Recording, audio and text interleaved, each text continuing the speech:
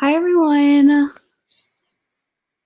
Welcome to the fourth live show for the Percy Readalong. So today we're going to be talking about the Battle of the Labyrinth. We'll go around and just introduce ourselves really quickly, as well as what we rated the book, and then we'll talk kind of non-spoiler thoughts before we jump into spoiling the book. So I'll go first. My name is Mira. You're on my channel, and I gave this book 5 stars. Oh, sorry. Hi, guys.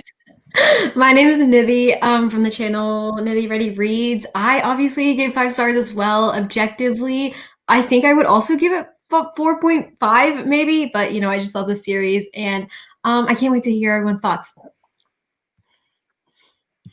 Hi guys, my name is Reagan. My channel is Ray Reads, and I rated this book.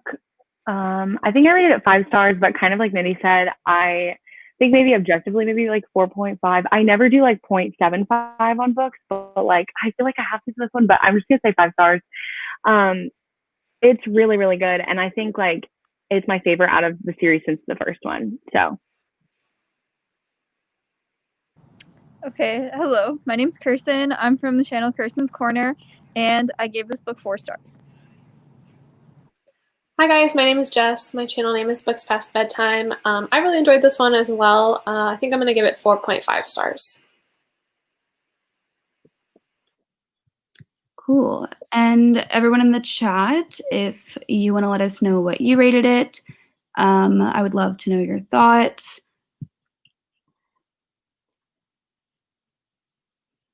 Does anyone have any like non-spoiler thoughts they want to discuss before we jump in?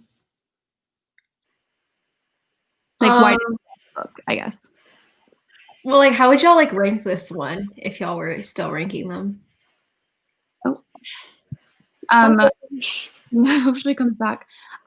This is my favorite one out of all of them that I've read so far. And I just loved how even though it was used to like kind of push the plot forward for the next book, it just stood on its own. And I just loved how action-packed it was. I loved all the characters and their growth. And I think that that's something Rick Riordan does really well, is just growing his characters as you grow. And so I love to watch all of the characters interact with each other, especially like Percy and Annabeth and just Grover's development. Like we know I love Grover. And so I loved seeing his character arc in this one. Yeah, I think this one was my favorite out of like all of them. It's probably this book and then the first one and then the third and then the second. I don't know. I loved the maze. I thought that was so cool. I'm not going to say one of my other favorite parts because like kind of a spoiler, but it was a good time. Yeah, I think for me, I think the third one is my favorite, and then the fourth one is next, and then the first, and then the second.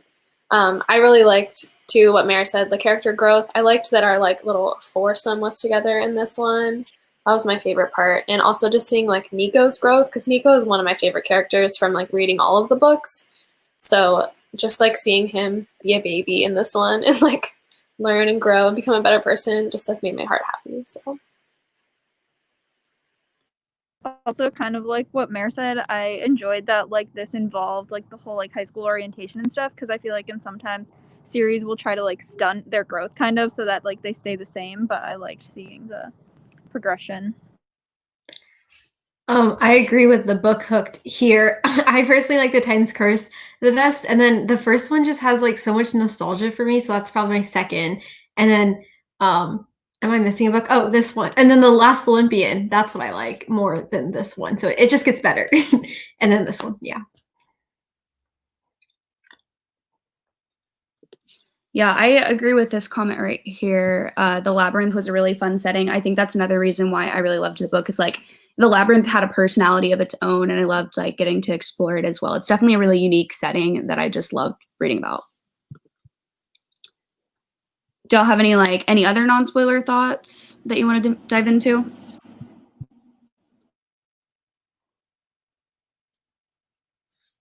Okay, perfect. So if you're here and you have not read this book, or if you don't want to get spoiled, then please leave and come back later when you've actually read the book, because we will be diving into spoilers now. We kind of just talked about how it compared to other books. So I don't think we necessarily need to get into that, but what did we think of the plot? Like Reagan, you said you had a favorite moment in this book. What was it that like really made you like it? First of all, the Percy and Annabeth kiss moment. You guys know, Nitty's literally laughing at me because she knows. But I'm here for the romance, and that was just, just loved it. And then also, I think I really liked the plot, like, of like Percy, like when they thought he was like dead and they were like having the funeral for him. Like, I just think that was like really interesting. I did not expect that out of like this book, just because like, I don't know, I kind of feel like a lot of the books in the series have kind of felt not repetitive, but like slightly repetitive. And so like just the story arc kind of looks the same. And so in this one, it was just like a little bit different in the fact that like they had something kind of dramatic happen like right in the middle that was like just unexpected. So I really liked that. Yeah, I agree with that. I really liked the plot progression of this one, particularly. It definitely felt like very unique, especially with the Labyrinth setting, I think. But I also liked like the little side quests that they went on, like with the cattle ranch and like the Calypso's island and stuff. Like in previous books, like when they went to Circe's island, I thought that was really random and kind of like out of place. But in this book, they all felt kind of like just stops along the way that made sense in the journey. And I don't know, I really liked the plot of this one overall. I thought it was really well done and stood out from the rest of the books. I definitely agree with Jess with like it kind of like making sense, because I feel like it was like the second book where Rick Riordan would like tell us stuff, like just like kind of narrate things that were happening and like summarize things, whereas like this book we were actually like experiencing the things, which I appreciated. Yeah, I think it flowed really well, and it was never boring. Like there were moments where the plot wasn't as heavy, like there wasn't a lot of action and we were focusing more on the character growth, but it was just woven so naturally together, and it just made for like a really interesting story from like both the standpoint of I love these characters and I want to get to know them, but also like this book is keeping me entertained because it has action after action scene. Plus, this was like the fourth book in a series, and it's usually like a hit or miss when you introduce so many new things, but like he hit it, so what can I say? Yeah, I agree completely with that. I was nervous because like it is a fourth book, so it's a bridge, but it didn't feel like a bridge. Mm-hmm. That was a really weird metaphor. I'm sorry. Do y'all have anything else you guys want to say about the plot or the writing style? Any thoughts in the chat? I do like too how like Rick threw in little like social commentary bits, and I just feel like they're very natural within the story and things that like affect kids' lives. So like as a kid reading this, like it just really stood out to me, like especially like the comments about standardized testing and like the environment. I thought both of those things could really like make kids think and like inspire them, and even just like remind me reading it as an adult that these are things that are issues in the world that we need to think about. And I didn't feel like it was preachy at all. It was just like a thing that flowed into the story, which I liked a lot. Yeah, I agree. I think Rick writes the gods and goddesses so well. I agree. I think he does a good job of really giving characters personality. Like even the side characters, like we didn't even know Rachel in the Titan's Curse, but she was there for like maybe all of 2 pages, and like we really got to know who she was. And I really liked how that was explored in this novel as well, which we'll get into later when we talk about the characters. But I love that he gives like the gods and goddesses also like negative traits as well. Mm-hmm. And they're not like perfect. They're also flawed. And I think that just makes them feel even more like realistic, which is really cool.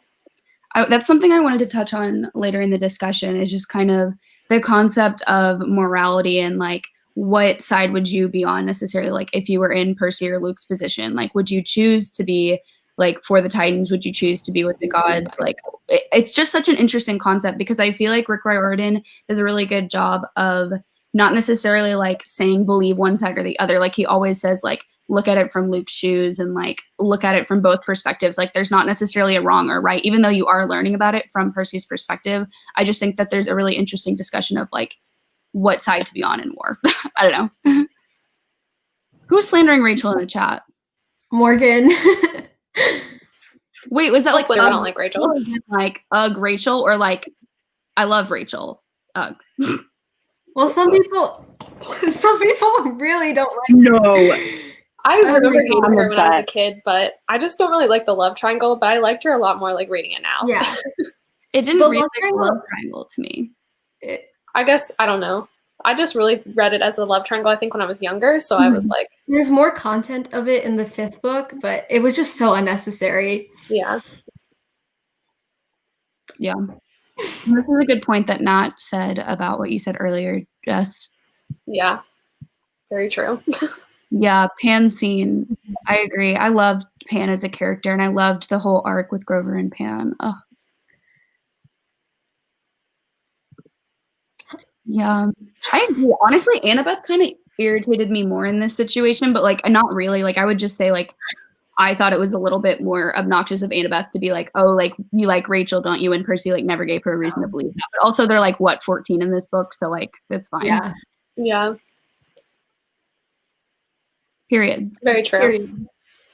And I feel like I see myself in Annabeth, so I like cannot not like her and root for her. Yeah, no, I still love her. I still love her. Yeah. I see that, Jess.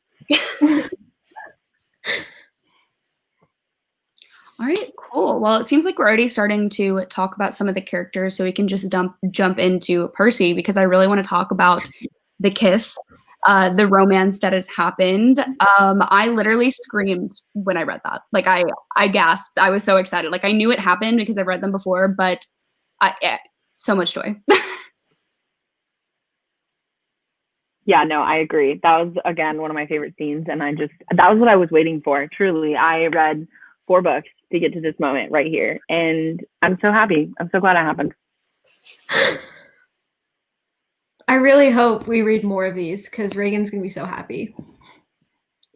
I really want to read Heroes of Olympus after this. I think that I just need to because I want more Percy and Annabeth content. And if that's what you're saying, Mr. Riordan is delivering on, then I might have to. And the next series is like YA, so it gets a little more. I didn't even know that. Yeah. It is? I think it technically is, yeah. Because they get older. They're like older teens in the next series. So I consider it YA. Plus they're huge. That's true. Oh my god, I'm gonna cry thinking about this. And especially because Annabeth wanted her quest for so long and she was so nervous when she actually got it. I don't know. It's true. Do we have any thoughts about Percy in general? I mean, I don't know if we have much to say about the romance besides we love it. Do we think he like grew as a character in this book in contrast to like the other books? I do. I think in particular, like that scene where he was cleaning out the stables and like he like talked to the Naiad. Like I feel like sometimes he can be really like brash and just go right into the action, but in that he was just kind of like really considering what was the best way to do it by hurting the least amount of people, and that really showed me growth in his character. I think when he met Ethan, do you guys remember like in that fight scene, he was like the son of Nemesis, I'm pretty sure. I think he really grew Percy because he's like seeing a demigod that is the opposite of who Percy is because of the feelings and like deep written hatred. So I think that really made Percy grow, seeing that side. Yeah, I think I agree with Jess. I think the moment when he was in the stables was really cool because I feel like that was kind of like a humbling moment and just kind of like, I don't know. I just agree. I think that was a good scene of growth for him. I think that was just such a cool scene in general, like that he had, like he recognized, like again, the environmental impact if we're bringing it back to the concept of Pan, but he like recognized that he didn't have to like destroy the ecosystem to actually do it. And it was just like such a cool way that it actually happened. I mean, it was kind of a gross scene because he's like cleaning out the stables, but like just the brain power that it took to like actually come up with a solution.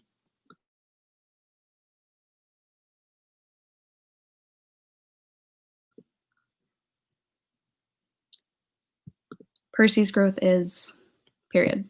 I agree.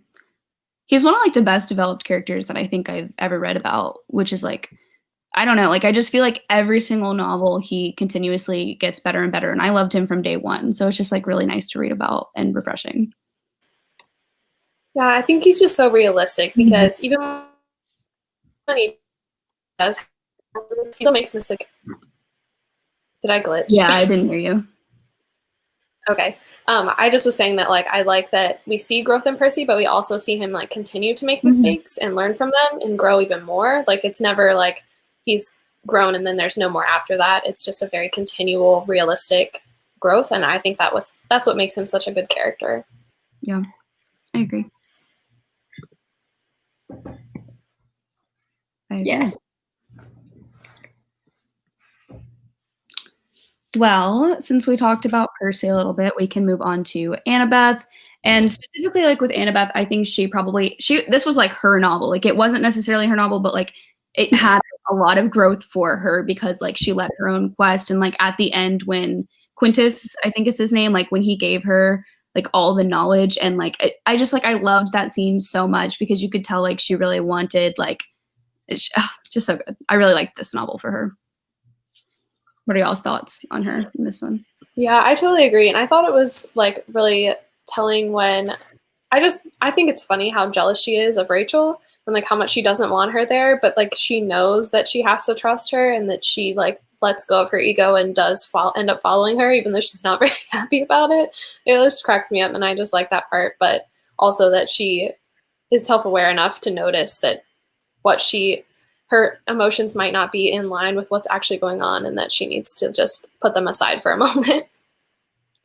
Yeah, I think she definitely like kind of annoyed me a little bit more in this book, but I think because I love her so much from the past 3 books, I like didn't really care.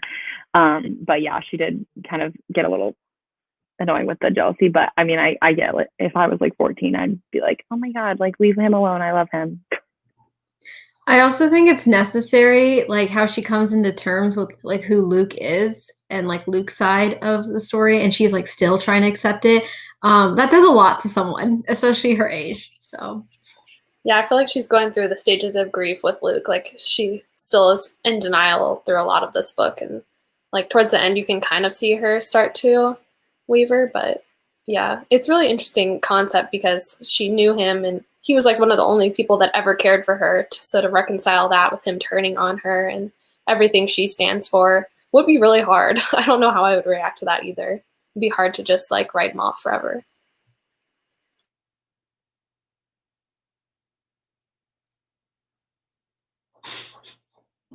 Period.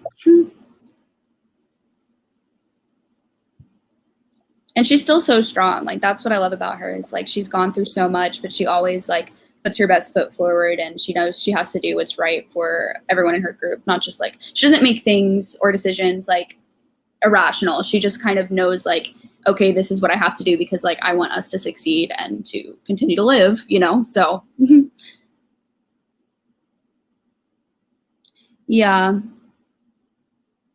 Like you kind of want to be like, Annabeth, why do you still care about him? But like you totally understand because like you know that like she's gone through it and like she was really close to him at one point. So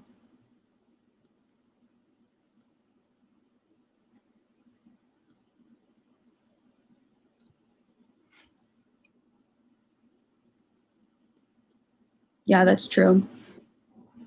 yeah. I feel like it's one of their qualities. Like you have to have a hard life to be a demigod, apparently. I mean, it's hard having monsters chase after you all the time. Oh yeah.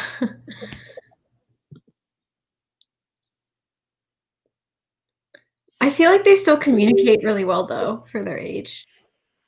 Yeah, I feel like they communicate really well on everything except their feelings for each other. Yeah.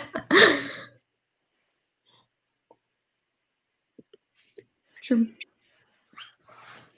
Do y'all have anything else you want to say about Annabeth?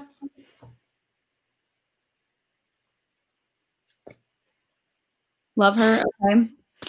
How about Luke? This was a big book for Luke, especially towards the end. So what do we think of his character? Personally, I've never really been a Luke fan, you know, like no matter how much of like reasoning he has for his decisions, like good for you, but Percy's still my guy. So it's understandable. He's written well. Do I really care? Not really. No, yeah, I think I agree with Nitty. I think like because Percy's like going against him, like I'm like, oh my gosh, like I like need to be with Percy and his feelings, but I think like objectively it's hard to like I don't know, see it and be like, he's inherently bad. Like there's no, you know, like, cause I know he's like struggling. So I don't know. Yeah, I feel like I don't have very complex thoughts on Luke. I just am not really a fan. And I want Annabeth to not be a fan either. Yeah, I agree. Well, if we don't have many things to say about him, we can talk about Grover, because I know that we do have some stuff to say about Grover, and by we, I mean me. I love him, and I love that he had a girlfriend in this book. Like, that was such a cute little moment, and, like, seeing how they cared for each other was just super cute.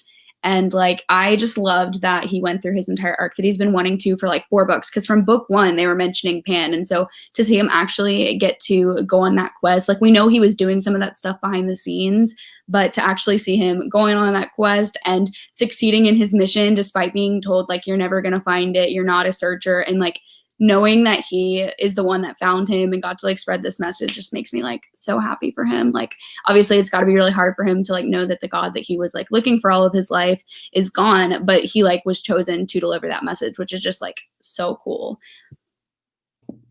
I love that Grover was the true chosen one. Yeah, I think Grover is still the funniest character in this book. I stand by that.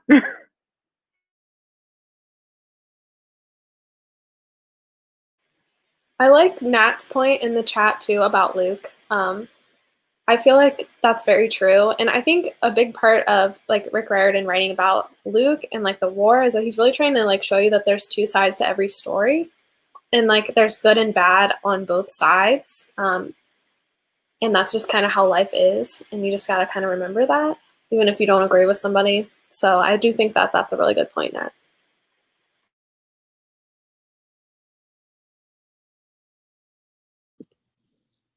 It was also, like, super sad, that scene with Pan, and, like, Pan having to, like, you know, leave it all to Grover, and then Grover's like, hello, I'm not, you know, qualified for this.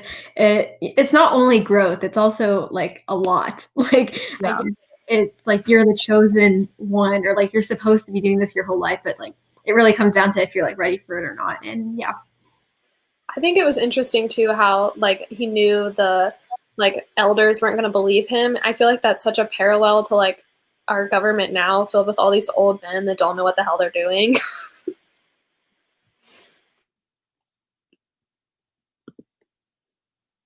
Grover's growing up.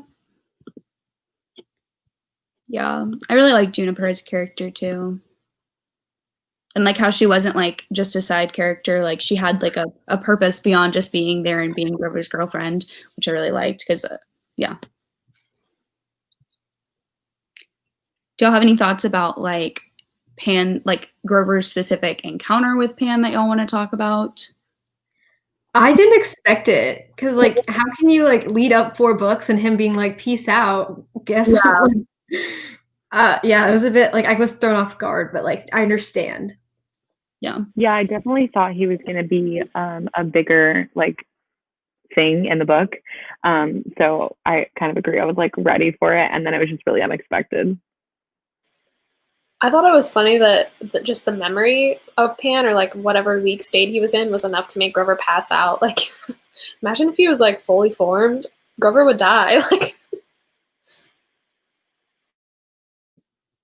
Oh my gosh, yes, this was such a cute moment. Like, oh, how do I say his name? Mr. D. I'll just call him Mr. D. Like, he has, like, had very subtle but, like, incredible character growth. Love him. yeah, I've loved him in the past 2 books. Like, I just think he's hilarious. But then when he comes through, he really comes through hard, and I respect that. Exactly. And in this book too, like, he's gone through a lot too, because he lost one of his sons, which is, like, really traumatic. And it shows, like, I think that that's, like, such a key moment too, because it shows, like, the kids, like, do really matter to the gods, like, even if they aren't, like, allowed to, like, say that or, like, do anything and interact with them. Like, I think it shows, like, how important they are to them, and, like, that's really important to kind of progress the plot forward and to kind of show, like, the 2 sides of the war. Hi, Nicole, if you're still here.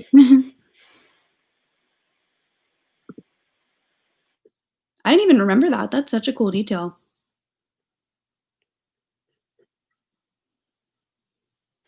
Morgan's got a pronunciation. You cut out. Were you talking about this message? Yeah. Oh yeah. Thank you, Morgan. I needed that. Dionysus. Dionysus. I think. Dionysus? Is that really how you say it? I'm Yeah. glad I didn't guess because that is not how I would have said it. I know. I thought it was Dionysus. That's close. Oh, this, yes. Oh my gosh. I was like, what about Tyson though? I know. I was like, you're having favorite kids. Like, I don't know if you should be saying all that. Well, I think that's all I really had to say about Grover. Does anyone have any other thoughts on him? Okay, we can move on to Rachel. I know we kind of touched on her earlier, so does anyone have anything they want to say about her? I know this is like isn't she like one of your favorite characters, Nidhi? Yeah, she was like my favorite, like reading the series when I was like younger. Like now it's Thalia, but I just like see like low-key some of my childhood in her because like she was an artist and like she's really like eccentric, but at the same time like dealing with a lot of stuff. Not that I was dealing with stuff as a child, but I just really like how well she was written, and she gave so much purpose to the story, especially the end when she threw her blue hairbrush at Kronos, like icon. Like, I don't know what to say. Yeah, she did impress me with how ready she was to just help out if she could. Like, I respected her for doing that because I don't know if I would have been ready to just throw myself into a labyrinth and die for Percy, this guy that I met twice. Yeah, I was about to say she like didn't know any of these people, so for her to like literally risk her life, I was kind of like, okay, go off. I think that's so cool though, because it really shows her heart and like her intentions. Like she just wants to help people, which is really cool. Yeah, I definitely did like her more this time, but yeah, I agree with you, Nat, for sure. Also, why does Morgan have hot takes? She doesn't like Talia. She doesn't like Rachel. Morgan. Yeah, I think this is cool too because it also can show like the kids reading it like you are a part of this story. Exactly. Plus, the whole mist thing was really cool. Yeah. I actually have a question about that. Like, I can't understand. Like, Rachel can see through the mist, but can Percy and Annabeth not see through the mist as well? Like, how does that work? Because she can see better than them, but why can't they see through the mist? I don't understand. It kind of depends too, because you've read the other series, Jess, but there's like different types of mists because there's like different, you know, that stuff. So it just like depends on your godly parent as well. So. Oh, okay. I can remember that.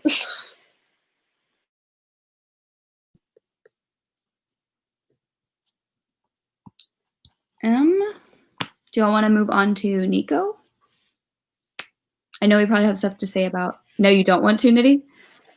Oh, like yes, obviously. Oh, okay. Who wouldn't want to?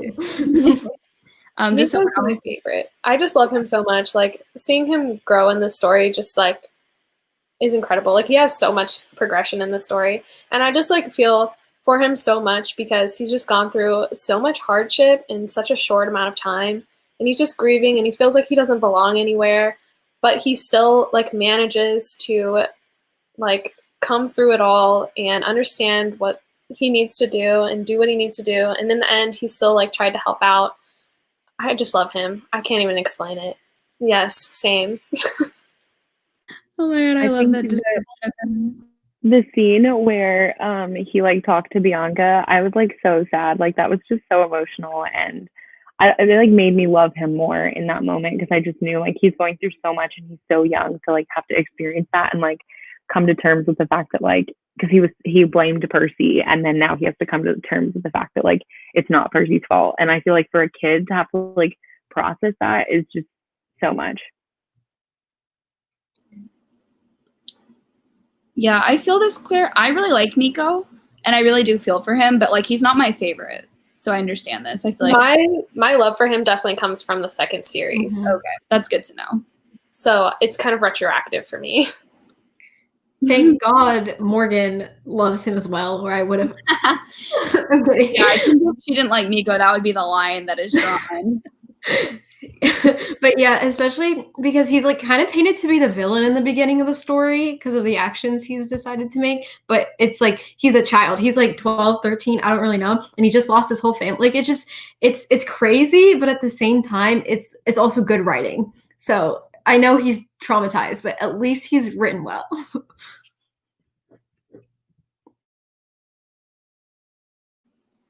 Yeah, I think he really grew as a character in this book, especially because you don't even realize like the whole time like he doesn't even have like ill intentions. Like he just wants to bring his sister back, and at the end when he's like talking about how he would never wanted to like give Percy up, like he was gonna, I don't remember what he said his plan was, but like he never had like bad intentions. He just wanted to be reunited with his family. And there's also a note on our sheet that says like, if you were Nico, would you have left Camp Half-Blood, or would you have accepted help? Yeah. Did I say that right? Correctly, so. Yeah, I just thought it was so interesting at the end that he decided to go off on his own instead of staying at Camp Half-Blood. I totally understand why he left, though. Like, I mean, he didn't even have a cabin there. Like, nobody really wanted him there. Like, it's so sad. Like, it breaks my heart. But I probably would have left as well, I think, just for that reason. But I don't know, because Percy was so nice to him at the end, and they like started to understand each other. But he came back in the very end, so maybe they'll come back together. Yeah, I feel like I would have stayed because I wouldn't know what to do with myself. Like I wouldn't know what to do with this information, but like I totally understand why he wanted to leave, because he doesn't feel welcome. He doesn't even have like his own home there. And so he would just be like judged by everyone there in this place that's supposed to be welcoming him. So I totally understand why he left, but I just like I wouldn't know what to do with myself in his situation. Yeah, I kind of agree with Mare and Jess as well. I just like, I don't know. I feel like if I was him, I would have probably left too. I'm like a really independent person though, so like maybe that's where it's coming from. But like, I don't know. I feel like he just kind of didn't feel welcome, and so like I wouldn't have probably stayed either. But it was kind of sad.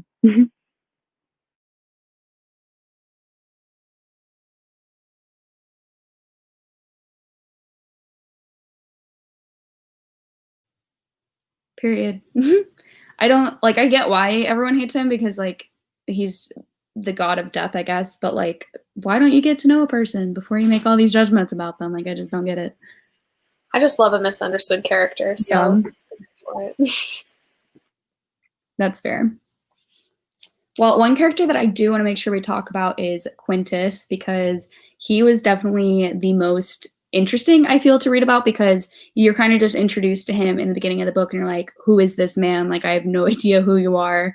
And I loved not knowing if he was like good or bad until the end, because like he doesn't really even know, like once you have the reveal that he was like the creator of the Labyrinth, and you see like he does join the other side, like not necessarily like the bad side, because there's the question of like who is really right in the situation.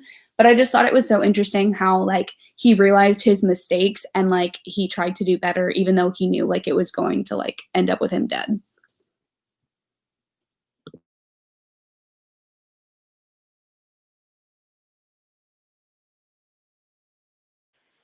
Yeah, I thought he was an interesting character. Like, I couldn't figure him out throughout the whole thing. I wasn't really sure if he was going to end up being bad or good. And I definitely didn't see the Daedalus thing coming, him being Daedalus. So I thought that was like a good twist. But yeah, I don't know. He was definitely an interesting character in that way. I feel the same way as Jess. At first, he was just like introduced, and I like didn't know how to feel about him because he kind of reminded me of Luke with all his like good swordsmanship, but he's also like older, so I didn't know what he was to Percy. And then I definitely didn't see the reveal coming, so I was like, "Why are you here?" But it was a good twist. I liked Percy's comment too about how like he can't be that bad if Mrs. O'Leary likes him, so we always trust a dog. Yeah, I thought it was really sus at the beginning because I was like, this guy's like being too nice, and we just met him, so like something's wrong here. But I didn't expect that either at all. Yeah, this is a good point. Not my only thing was like he does even mention in the book like his internal thought process is like, well, Luke gave me something and it turned out like he wanted to kill me this entire time. So I was kind of like mistrustful of him because like Percy was, but I think that is a good point. Like it does show his character that like he really was trying to help him from the beginning. Mrs. O'Leary is the best character in this book. That's all I really wanted to say about him. I just wanted to like have a little discussion about that because it was just such an interesting reveal. I think that's part of why like it made it so interesting as well, is because like there were layers to this story, and the like it felt like you were kind of reading like a mystery book because you didn't like know what was going to happen, which is always my favorite because it like grips you. Catherine, always trust a dog. Yes. One character I really want to talk about is Calypso. I don't know if that's on the Google Doc. Yeah. I probably forgot about it, but yeah. What are y'all's thoughts on her? That was like the one scene that I like wasn't a big fan of. Like I get like it didn't feel like not natural, but I guess I was just confused because it's kind of alluded to that like Percy had feelings for her and I didn't like that. So I guess like what are y'all's thoughts on that specifically? Like do y'all think he had feelings for her? Like can someone just tell me like if I'm dumb and I just like I pretended I did not see it because I'm here for Percybeth, but yeah. I definitely don't think Percy had feelings for her, but she like is cursed to have feelings for whatever mortal like comes to her island, which is so sad and heartbreaking. But I'm gonna wait till Morgan like fights me on this, but she's also one of my favorite characters. At least in like the next series, she just gets maybe she gets introduced, maybe she gets in development. I don't know. I'm not gonna spoil or anything. But Spoilers. Yeah, I thought it's just so tragic, first of all, because it's not even her fault. It's like her father's fault. And that's just another example of how like Rick Riordan keeps his themes of your parents can like their decisions can transfer along into you and like kind of make up like who you are and your personality and things like that. But yes, breaks my heart. Yeah, I kind of interpreted it as like Percy was like physically attracted to her and kind of drawn to her because of her magic, but I don't think that he necessarily like developed feelings for her. Like I think he just kind of felt bad for her story and like liked her as a person. But I also really liked Calypso, and I think her story is pretty tragic. I agree with Nidhi, but yeah, I think her story is so tragic and like definitely a really, really interesting story to read about. But yeah, I was kind of like, because I was like, what's going on, Percy? Like, what are you doing with Calypso? But I don't know. I kind of felt like when he was like leaving, he was kind of like, I don't know, questioning. I don't know, like just like, I don't know. But I liked the scene. It was good. Yeah, I think I was like internalizing, like I was reading that they had feelings for each other, but also like I thought it might just have something to do with magic. So, or the curse, whatever it is. Yeah, okay. I think Percy did have feelings for her.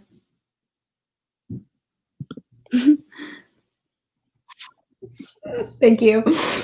Percy's hero complex. I love how that's defined.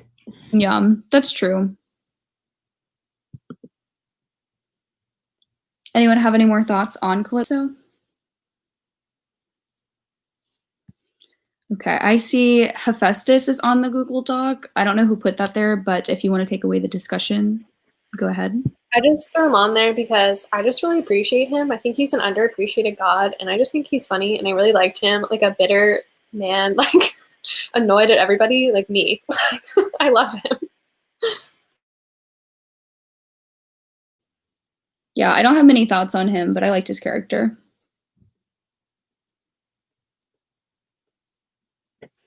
That's all I wanted to say. So okay. It looks like the last character we have on here is Hera. Did I say that right? Hera? I think it's Hera. Hera? Okay. Hera. So it says, do you think Rick was trying to convey a particular message when he portrayed Hera as someone who only cared about protecting perfect or idealized families? That's a really good question. Yeah, I just thought it was super interesting that he threw that in there because it definitely was a good point to make, and like to show kids that they don't have to live up to these like unattainable expectations, that sometimes people are just have this idea in their head and that's not reality, and you've got to remember that that's not reality and don't compare yourself to what they want you to be. I liked that a lot. Yeah, I think like throughout the book. No, go ahead. Yeah, I think like throughout the books, obviously there's been this theme of like the fact that like all of these kids have like issues with their parents and like they all either have like daddy issues or mommy issues and they like are all have like struggling family relations. But I think this kind of is like a really forward way to like explain that and like show us that in the like theme. So Hera is the worst. But yeah, I don't know. I think that was like a really cool way to like really tie it in and like show us. I agree with all these comments. Hera is the worst. I would kill her in a heartbeat if she was right here. Eyes closed. Anyway, it's on site. But also, Reagan, I really love how you describe their trauma as mommy issues and daddy issues. That was just perfect, excellent. Agreed. That's all I want to say. Thank I you. loved that Thank you. Annabeth at the end too just was like, F you, like, go away.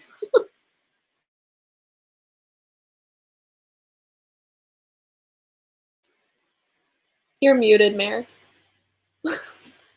Thank you. It wasn't even that relevant. I just said that I think she inserted herself into the situation without any need. So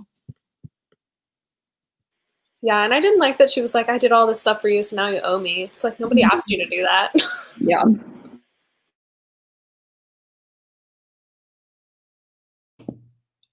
I also love Lore Olympus. The comments are talking about it. It's a webtoon. It's really long though. I haven't finished it. I haven't heard of it, but maybe I'll have to check that out. I've been like looking for more comics. That's a separate discussion. Anyways, do we have any more thoughts on any characters? Are there any that we didn't talk about that you want to discuss? Let us know in the chat. Is there anyone we missed that you guys want to talk about specifically? I really want to talk about Ethan. Okay. Do you guys remember him? Maybe. Yeah. It was just like it's I don't know how to put into words other than like what we've already said before. Like every demigod's life is tragic, but seeing someone who goes like this far to the lengths of where he is just like heartbreaking at the same time. But the fact that like Percy had to like fight him on that is just like a conflict of morals and like a whole different discussion. But I like how we went there, you know?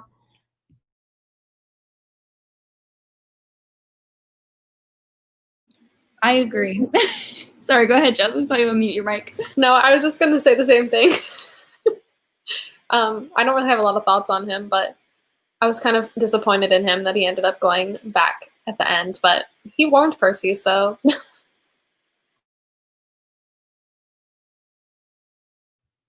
Also, the 100-handed one, like, yeah, I was just really sad. He was such a sweetheart. He was so excited to go to the forges at the end. He loved that. Okay,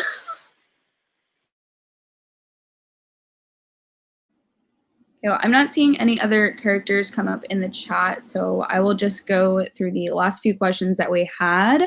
I thought it would be interesting to kind of talk about this before you go into the fifth book, but what side do you think you would be on if you were a half-blood? Would you be for the gods or for the Titans, or would you be like, I don't want to be involved in this?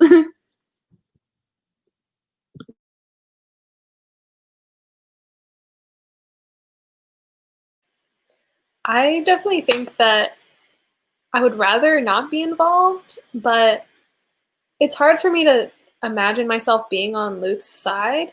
But at the same time, like me in real life, I don't like the establishment, and I feel like the gods are like the establishment, and it's just like the way things have always been, and so maybe it needs like a change up. But at the same time, I'm like, I feel like the Titans almost kind of represent like totalitarianism or like something like worse. So I feel like I would be on the gods side if I had to pick a side. Yeah, I think I kind of agree with Jess. Like, I probably would just be like I don't want to get involved, but I feel like it's easy to kind of say like I would be on the God side, and like, but I don't know. I guess that's my answer. Personally, I would first of all definitely get involved. Hello, do you know me? Anyway, I trust Chiron with my life. He's the wisest person I know. So if he is on Percy's side, I'm definitely following him. Like even if it conflicts with my morals, even if Luke like begs me, and I'm a people pleaser, so I'd probably like say yes and then like backstab him. I've been thinking about this, but Yeah, any side Chiron's on, I feel like he just knows the most, and he's like so wise, and he's like running a camp. Like, I've just got to like believe him.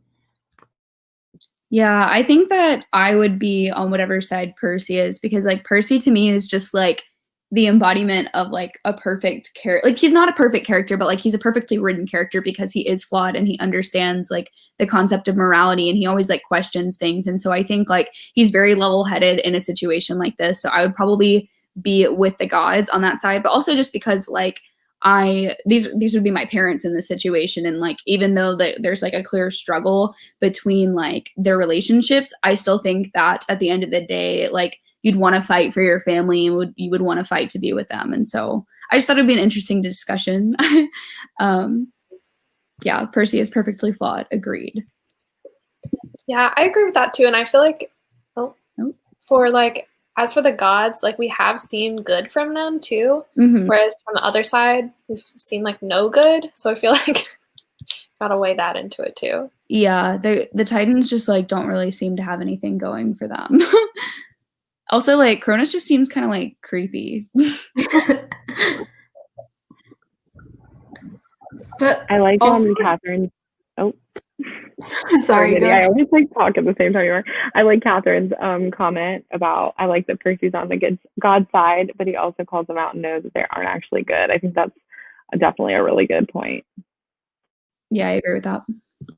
But like, imagine being at camp for like 7 years and suddenly this new kid comes in and is like taking over the gods. Like, I don't know, I'd be a bit skeptical if I didn't know who Percy like really was, because he's on like every quest every year, and here he is like doing total war right now. Like, it's a bit much. I don't know, but I do love him.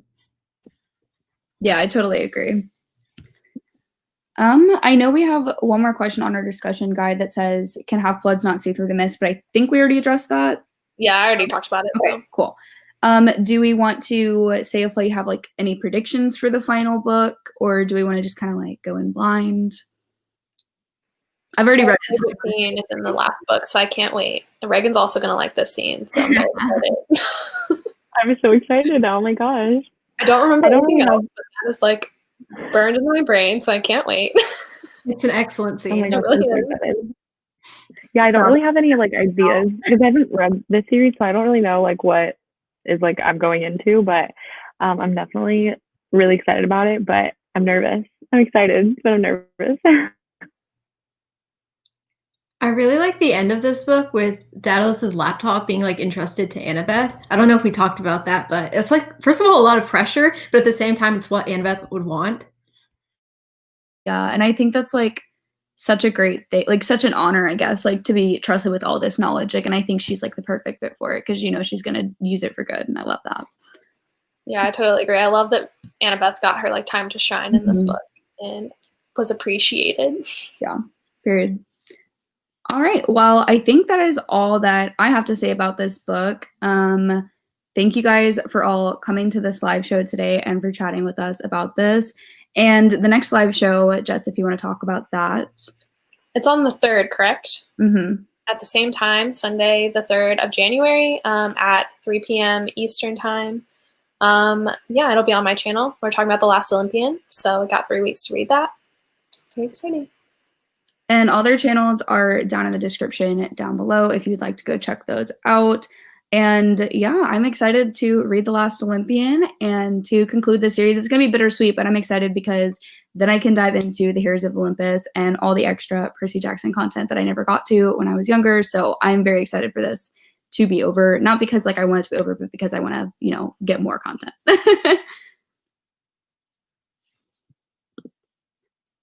Oh yeah, I have to say bye. Thank you all for coming. Goodbye. We'll see you guys in 3 weeks.